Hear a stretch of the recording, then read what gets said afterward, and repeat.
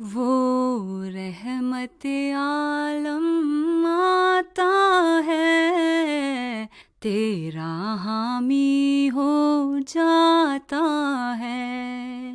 पाक मोहम्मद मुस्तफा, नबियों का सरदार, नबियों का सरदार। Chers téléspectateurs, Assalamu alaikum wa rahmatullahi wa barakatuhu.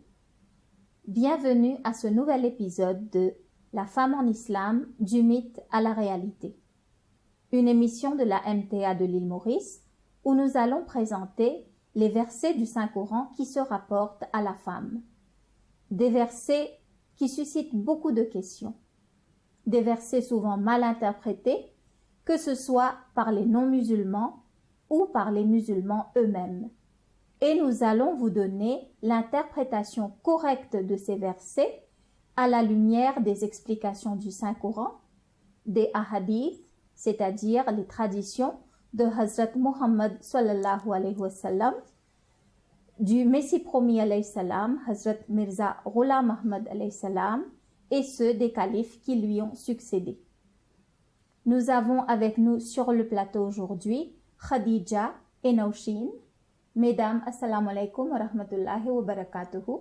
Wa alaykoum salam wa rahmatullah. Bienvenue et merci pour votre participation. Dans le dernier épisode, nous avons présenté le verset 229 de la sourate Al-Baqarah et le verset 35 de la sourate An-Nisa. Faute de temps, nous n'avons pu aborder que deux objections soulevées à propos de ces versets, à savoir que l'homme a un degré de prééminence sur la femme, qu'il est le gardien de la femme et qu'il la surpasse. Aujourd'hui, nous allons terminer avec la troisième partie du verset 35 de la sourate An-Nisa, à savoir les femmes vertueuses sont celles qui obéissent à leur mari. Naushin, pouvez-vous nous éclairer à ce sujet? Merci Shazia.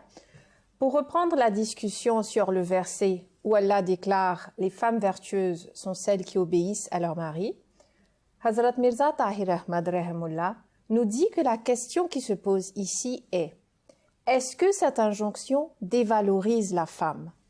Est-ce que c'est une atteinte à sa dignité de femme et de son statut d'égalité à l'homme ?» Cette question a été régulièrement soulevée lors de sa tournée en Amérique et au Canada. Les gens se demandent si cette injonction du Saint-Coran n'est pas dépassée, surtout à notre époque. Or, tout le monde est d'accord qu'à travers le monde, là où il y a une organisation, une communauté, au sein de chaque organisation, nous nommons un chef. Dans un pays, il y a un premier ministre ou un président. Dans une entreprise, il y a le chef d'entreprise. Donc cette hiérarchie existe et définit ainsi les rôles afin d'assurer le bon déroulement des choses. Dans la vie de tous les jours, ne nommons-nous pas des gens au poste de responsabilité? Dans ces cas-là, la question d'égalité ou d'inégalité est-elle soulevée? Non, il n'est pas question de supériorité, c'est une question de rôle. Pour créer une certaine unité, il faut que quelqu'un ait le pouvoir de décision. Effectivement, Naushin, et comme nous le dit si bien le proverbe, un bateau sans capitaine va faire naufrage. Oui, effectivement, et Hazrat Mirza Tahir Ahmad Rahimullah Ta'ala nous dit qu'objectivement parlant, dans une maison, dans un couple, si l'homme et la femme sont tous deux libres de faire ce qu'ils veulent, il n'y aura aucune discipline, aucun ordre, et la probabilité que le mariage échoue sera très grande. Nous savons aussi que le saint prophète sallallahu alayhi wa sallam nous dit que lors d'un voyage, s'il y a 3 personnes qui partent ensemble, il faut nommer un amir, c'est-à-dire un chef. Et en principe, les plus jeunes choisiront celui qui est plus vieux et celui qui est moins éduqué choisira celui qui est plus éduqué. Mais en tout cas, un responsable du groupe est nommé parce qu'en cas de problème, il faut qu'il y ait quelqu'un pour prendre les décisions. Et là, Hazrat Mirza Tahir Ahmad Rahimullah dit que de soulever des objections à ce sujet relève de l'ignorance. Au plus aller, on aurait pu dire pourquoi a-t-on donné le dernier mot à l'homme et non pas à la femme? Et à ça aussi, le 4e khalifa nous donne une très belle réponse logique. Il nous dit « Comment donner l'autorité à celle qui est plus faible physiquement, qui elle-même est souvent victime dans notre société? Si l'autorité avait été donnée à la femme, cela aurait causé beaucoup de problèmes. » Vous vous rappelez que dans le premier épisode, nous avions expliqué qu'Allah le Tout-Puissant a donné à l'homme un degré de prééminence sur la femme, comme vous l'aviez mentionné au début, et que cette prééminence se rapporte à la force physique de l'homme. Les hommes sont en général plus forts physiquement que les femmes, ceci est un fait. Et nous avions cité l'exemple des Jeux Olympiques où les hommes et les femmes ne sont pas en compétition directe parce que ça serait éliminer la plupart des femmes dès le début, qui serait injuste. Donc, il est logique que dans la vie de tous les jours, l'homme, qui est en général plus fort physiquement que la femme, ait été choisi pour être le chef de famille. Naouchine, souhaitez-vous ajouter quelque chose? Et d'ailleurs, oui, Hazrat Mirza Tahir Ahmad Rahimullah nous explique qu'il a bien analysé la situation et qu'il remarque que la femme est plus heureuse quand elle sait qu'elle peut dépendre de son mari, que c'est un homme qui assume ses responsabilités.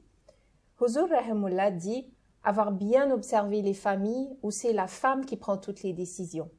Il se trouve qu'elle n'est jamais en paix, voire même malheureuse. Elle ressent comme une colère sourde. Elle se demande pourquoi le mari n'assume-t-il pas sa responsabilité. Si nous observons les familles où c'est la femme qui dirige, où l'homme s'efface du rôle qui lui a été attribué par Dieu, eh bien la famille, elle n'est pas unie. Et les enfants sont affectés. Ils souffrent et ils sont conscients que les rôles sont inversés, que le père est un faible de caractère et cela affecte les enfants. C'est aussi la réalité en Europe, un vide qui fait que la cellule familiale en souffre. Et pour illustrer ce même point, Naouchine, je me souviens que Huzur Rahimullah nous dit qu'une femme ahmadi allemande est venue me voir pour se plaindre. Elle a dit « Je comprends que l'islam a donné aux hommes la position de chef de famille et que la femme trouve son bonheur et la paix dans cet arrangement. Cependant, il y a cette personne qui est en train d'enseigner que les hommes et les femmes sont égaux. Je ne trouve pas ça correct. » Elle y voyait une contradiction. Et Huzur Rahimullah lui a dit « Les deux ont raison. » Et il lui a cité le verset 35 de la sourate An-Nisa justement. Et il lui a dit que ce verset démontre clairement que l'égalité des droits, c'est une chose, et avoir le dernier mot en tant que chef de famille, c'est une autre chose. Donc, il n'y a aucune contradiction. Je pense qu'il est intéressant ici de mentionner cet incident. Hazrat Mirza Tahir Ahmad Rahimullah Ta'ala raconte qu'une fois en 1988, il se trouvait en Suède avec sa famille et ils se sont retrouvés dans une situation très difficile où il pleuvait, ils n'ont pas pu trouver d'hôtel. Il s'est souvenu ensuite d'une connaissance, une dame non musulmane, et il l'a appelée, alhamdulillah, ils ont pu loger chez elle. C'était une femme divorcée qui vivait avec son fils. Huzur Rahimullah Ta'ala raconte qu'au soir, il a fait un rêve très étrange. Il a vu, sur les hautes montagnes de Suède, qu'il y avait de très grandes statues de femmes. Et ces statues avaient été érigées par les femmes pour se libérer des hommes. Et au bas de ces montagnes, il y avait une marée d'hommes. Et Huzur dit avoir entendu dans le rêve une voix qui disait « Mais qui va les délivrer maintenant ?» C'était pour dire que les femmes se sont libérées des hommes, mais les hommes qui paraissaient si petits au bas, eux qui allaient les délivrer. Et Huzur Rahimullah Ta'ala nous dit qu'à l'époque en Suède, il y avait plusieurs mouvements de libération de la femme et que Dieu Tout-Puissant lui avait montré ce rêve en Suède, même si lui, personnellement, ne pensait pas du tout à la condition féminine dans cette société. Donc, arrivé le matin, lorsque Huzur Rahimullah Ta'ala s'est levé, il a raconté ce rêve à leur hôtesse, au petit déjeuner. Alors qu'elle écoutait, elle contenait avec beaucoup de difficulté ses larmes. Et finalement, elle a avoué que ce rêve était tout à fait vrai et qu'elle en était témoin personnellement. Et que toutes les revendications de libération et d'émancipation de la femme, finalement, mettaient en péril la vie familiale. Les femmes se querellaient avec leur mari pour des peccadilles et elles leur demandaient de quitter la maison parce que la maison leur appartenait à elles aussi. Et ensuite, elles vivaient dans l'angoisse et n'étaient jamais vraiment en paix. Elle a ensuite avoué que leur pays faisait face à un très gros problème. Et ça, c'était le témoignage d'une non-musulmane. Huzur Rahimullah Ta'ala nous dit qu'il est naturel à la femme de vouloir s'appuyer sur quelqu'un, sur qui elle a confiance, d'avoir quelqu'un qui la protège, bref, quelqu'un sur qui elle peut compter. Et Huzur nous dit que c'est dans une telle relation qu'une femme trouve vraiment son bonheur. Donc, Khadija, c'est pour cette raison que Huzur Rahimullah nous dit que les enseignements du Saint-Coran sont conformes à la nature de l'homme et que si les gens choisissent d'aller contre nature, c'est eux qui doivent se réformer et ce n'est pas, naouzubillah, au Saint-Coran de changer ses enseignements. Pour reprendre le verset, les hommes sont les gardiens des femmes parce qu'Allah a fait que les uns surpassent les autres. Les femmes vertueuses sont celles qui sont obéissantes et gardent les secrets de leur mari avec la protection d'Allah. Donc, l'homme gagne de l'argent qu'il va remettre à la femme pour qu'elle fasse les dépenses. C'est comme un gage de confiance. En retour, la femme dépense cet argent avec sagesse. Si elle fait des dépenses en dehors de ce qui est nécessaire et sans le consentement de son mari, elle n'est pas en train d'accomplir ce gage de confiance. Et c'est pour cette raison qu'il est dit que les femmes vertueuses sont celles qui font l'adoration d'Allah et en dépit du fait que personne ne peut les voir, elles protègent leurs gages. Cela comprend tous les gages de confiance entre mari et femme. Nous avons entendu les explications sur ce verset et là, deux questions pourraient se poser. Quel est le statut économique de la femme en islam? Et est-ce que l'islam accorde à la femme le droit d'avoir des biens à elle? Pour répondre à vos questions, Shazia, parmi les grandes religions, il n'y a que l'islam qui est alloué à la femme une indépendance économique. Et ceci fait que l'islam a été bien en avance sur son temps. Si nous prenons le cas du Royaume-Uni, ce n'est qu'en 1882 que les femmes ont eu le droit de posséder des biens à elles. Avant cela, tout ce qu'elle avait revenait automatiquement à son mari lors du mariage.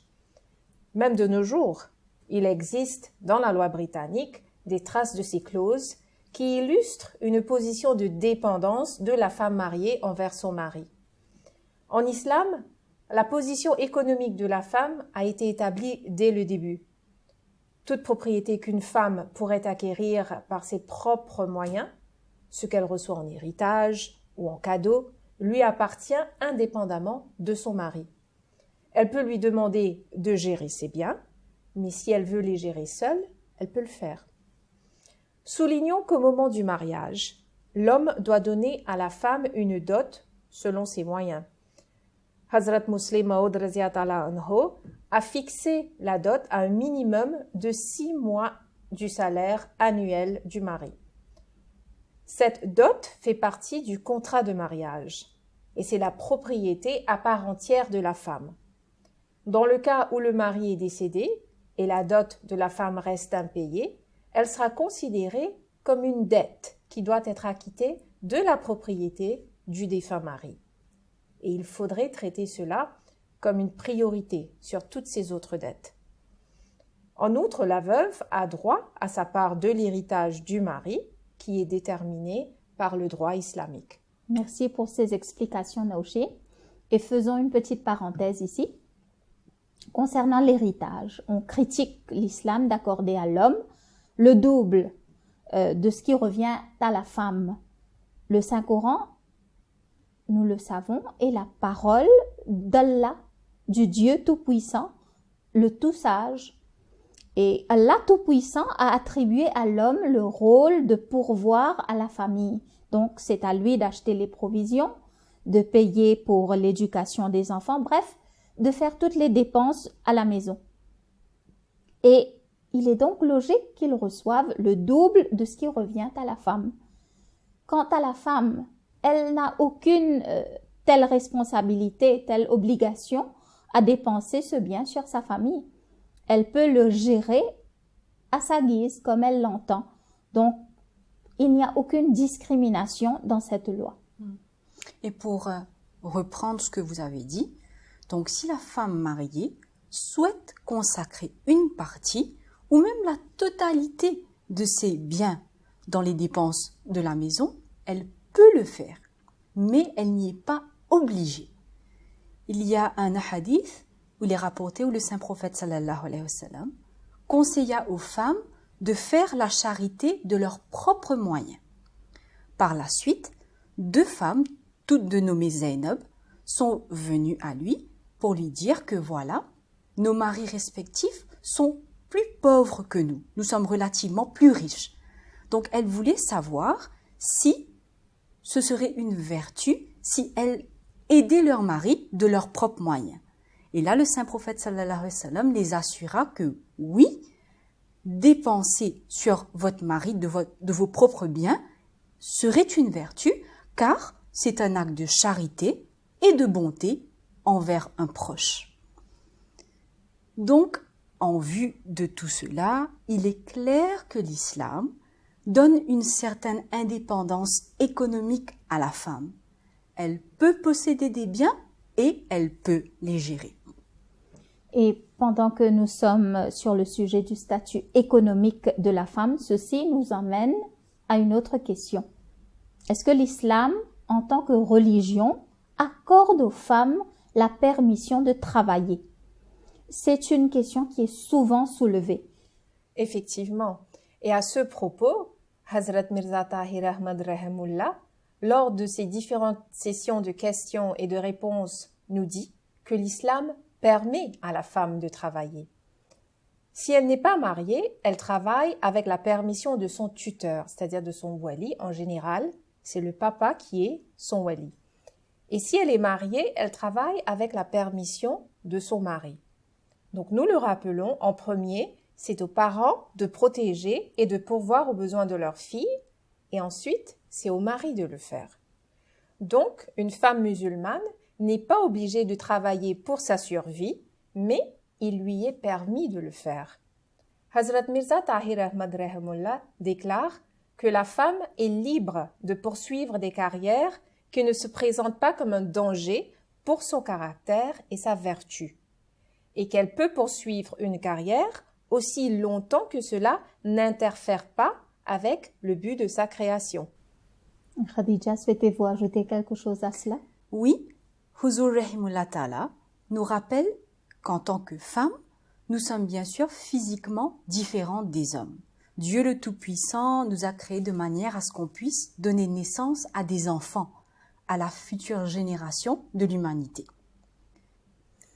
L'islam a libéré la femme de la responsabilité de devoir travailler pour nourrir sa famille, afin qu'elle puisse se consacrer entièrement à élever ses enfants, de manière à ce que la prochaine génération soit meilleure qu'avant.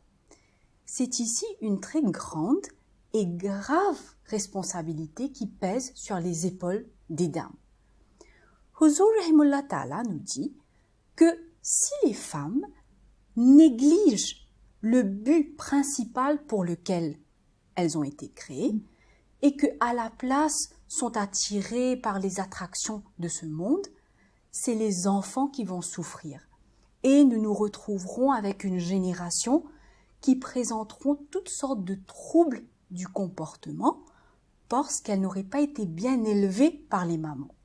Et par conséquent, c'est l'humanité en entière, qui va souffrir. Ainsi, toute profession qui viendra s'immiscer dans cette fonction primaire des dames est fortement découragée. Mais Huzur Rahimullah Ta'ala rajoute qu'il y a certaines femmes qui exercent des professions très importantes et souvent pour les femmes elles-mêmes. Et il donne l'exemple des femmes médecins. Quelquefois, il arrive que leur métier interfère avec le but premier de leur création, mais Huzur Rahimullah Ta'ala a dit que j'encourage les femmes à devenir médecins et de se spécialiser dans les maladies des femmes, afin que celles-ci n'aient pas besoin d'aller consulter un homme, un médecin qui soit un homme. Et pour ajouter à ce que vous avez dit, il me vient à l'esprit que lors d'une rencontre avec des dames de la Jamaat, une jeune maman de 2 enfants, donc elle a demandé à notre bien-aimé calife actuel comment concilier carrière ou études aux responsabilités d'élever les enfants. Et là, Huzur, ayyadahullahu ta'ala bin Nasril Aziz, lui a dit clairement que la responsabilité première de la femme, c'était donc d'élever son enfant. Et Huzur a dit que si la maman travaille uniquement pour avoir de l'argent, pour être à la mode, alors il lui faut quitter ce travail, sauf si elle est en train de mourir de faim et qu'elle n'a pas d'autre choix. Cependant, Huzur, ayyadahullahu ta'ala bin Nasril Aziz, lui a aussi dit qu'il y a des métiers de l'humanitaire qui sont très importants, comme vous l'avez mentionné, Khadija. Et donc, il a cité le cas des femmes médecins. Dans ces cas, Huzur nous dit qu'il faut que la maman puisse trouver le temps pour passer avec ses enfants. Et il nous dit qu'il y a beaucoup de cas comme cela. Il relate même un cas aux États-Unis où la maman médecin n'a pas travaillé pendant un moment quand ses enfants étaient petits pour ensuite reprendre son métier dès qu'ils avaient grandi suffisamment. Et lors de sa rencontre avec les membres de l'association des étudiantes Ahmadi en Allemagne, Huzur a demandé combien de filles poursuivaient les études de médecine. Et Huzur a encouragé les filles à devenir médecins, car il en manque dans la Jamaat. Huzur a mis beaucoup d'emphase sur les filières de l'enseignement et de la médecine. Les responsables de l'association ont dit à Huzur qu'au total, il y avait 111 femmes qui poursuivaient les études d'enseignante, et sur ce, Huzur a dit qu'il leur fallait 222 femmes médecins, c'est-à-dire le double de celles des enseignantes. Donc, mesdames, pour récapituler, si la femme doit travailler, elle peut le faire, mais elle ne doit pas négliger sa famille. C'est sa responsabilité première d'élever ses enfants, de s'occuper de sa famille. Inch'Allah, dans un autre épisode, nous aborderons en détail la question du rôle de la maman en islam. Dans les faits, nous voyons que le monde reconnaît aujourd'hui qu'il faudrait accorder plus de temps à la mère pour s'occuper de ses enfants et de sa famille.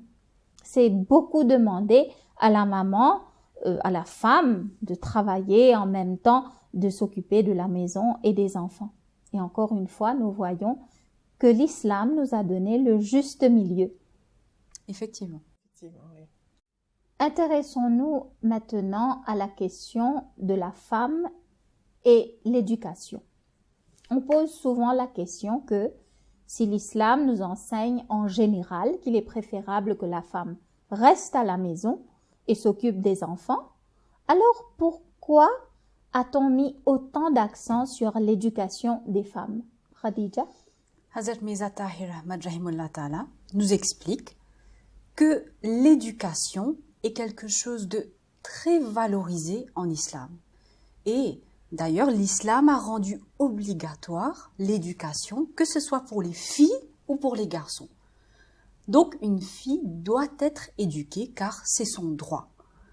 Donc, la femme musulmane est encouragée à poursuivre ses études, même si l'objectif n'est pas forcément pour qu'elle ait une carrière professionnelle. Il y a comme ça plusieurs hadiths où le saint prophète sallallahu alayhi wa sallam a enjoint aux parents de ne pas préférer leur fils à leur fille, que ce soit en matière d'éducation ou de toute autre chose. Et il est bon de souligner que dans la communauté musulmane Ahmadiyya, les femmes sont très bien éduquées. Elles ont des maîtrises, des doctorats dans divers domaines. Et d'ailleurs, Naushin, notre bien-aimé calife actuel, Huzur Ayyadahullah Ta'ala bin Nasril Aziz, a dit à une occasion, vous dites que nous ne respectons pas les droits de la femme. Or, dans la communauté Ahmadiyya, il y a plusieurs endroits où les femmes sont bien plus éduquées que les hommes. Et lors de la Jalsa Salana, depuis plusieurs années déjà, le calife récompense celles et ceux qui excellent dans leurs études. Et le nombre de femmes qui sont récompensées est comparable à celui des hommes de la Jamaat. Et récemment, en 2017, lors de la tournée en Allemagne, Huzur a dit à une psychologue qui lui posait des questions sur les droits de la femme en islam qu'il y a de nombreuses femmes Ahmadis qui excellent non seulement au niveau académique, mais aussi au niveau professionnel. Il est intéressant de noter que le saint prophète sallallahu alayhi wa sallam a apporté cette révolution il y a 1500 ans de cela, alors qu'en Europe médiévale, on brûlait des femmes qu'on estimait être trop instruites. Au bûcher, on les prenait pour des sorcières. Et ce n'est que récemment que les femmes occidentales ont eu droit à l'éducation académique. Mesdames, je suis sûre que vous avez encore beaucoup de choses à nous dire à ce sujet, mais faute de temps, nous allons devoir terminer ici. Avant de terminer, récapitulons.